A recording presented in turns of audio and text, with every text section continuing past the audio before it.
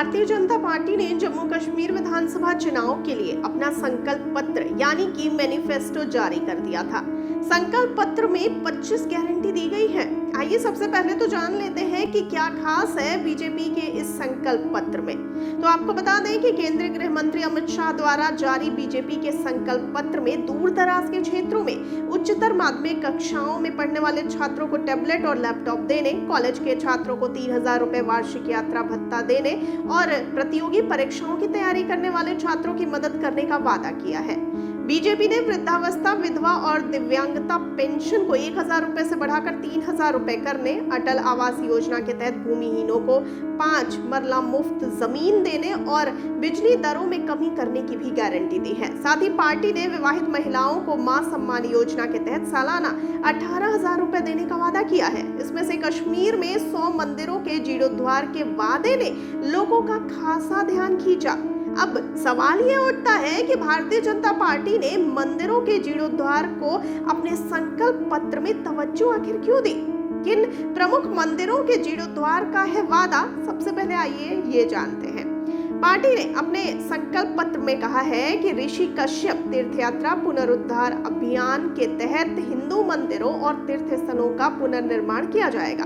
BJP ने अपने संकल्प पत्र में 100 जीर्ण शीर्ण मंदिरों का जीर्णोद्धार करने और धार्मिक और आध्यात्मिक संगठनों की सक्रिय भागीदारी के साथ शंकराचार्य मंदिर, रघुनाथ मंदिर और मार्तंड सूर्य मंदिर समेत मौजूदा मंदिरों का और विकास करने का वादा किया है। पिछले कुछ सालों को देखें तो सरकार ने भी कश्मीर में मंदिरों को पुनरुद्धार में दिलचस्पी दिखाई है। ऐसे में बीजेपी द्वारा इस मुद्दे को संकल्प पत्र में शामिल करने पर तमाम सियासी जानकारों को कोई हैरानी नहीं हुई।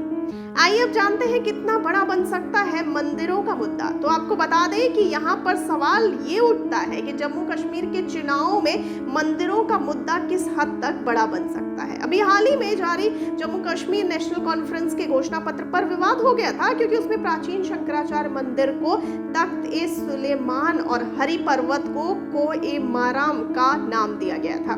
घोषणा पत्र के जारी होने के बाद कई हिंदू संगठनों और लोगों ने भारी नाराजगी जताई थी। बाद में नेशनल कॉन्फ्रेंस ने इस मुद्दे पर सफाई भी दी थी। हालांकि अब इससे लोगों का गुस्सा कितना शांत हुआ कहा नहीं जा सकता। वहीं बीजेपी द्वारा मंदिरों के जीर्णोद्धार का वादा निश्चित रूप से उसे इस वर्ग के लोगों के बीच लोकप्रिय बना सकता है।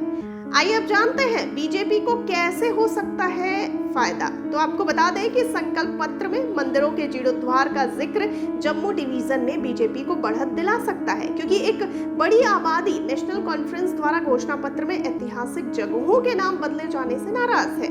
एनसी के घोषणा पत्र में शंकराचार्य मंदिर को तख्त-ए-सुलेमान और हरि पर्वत को कोए-माराम का नाम दिए जाने का कांग्रेस को भी नुकसान हो सकता है, क्योंकि वह गठबंधन में इसी पार्टी के साथ है।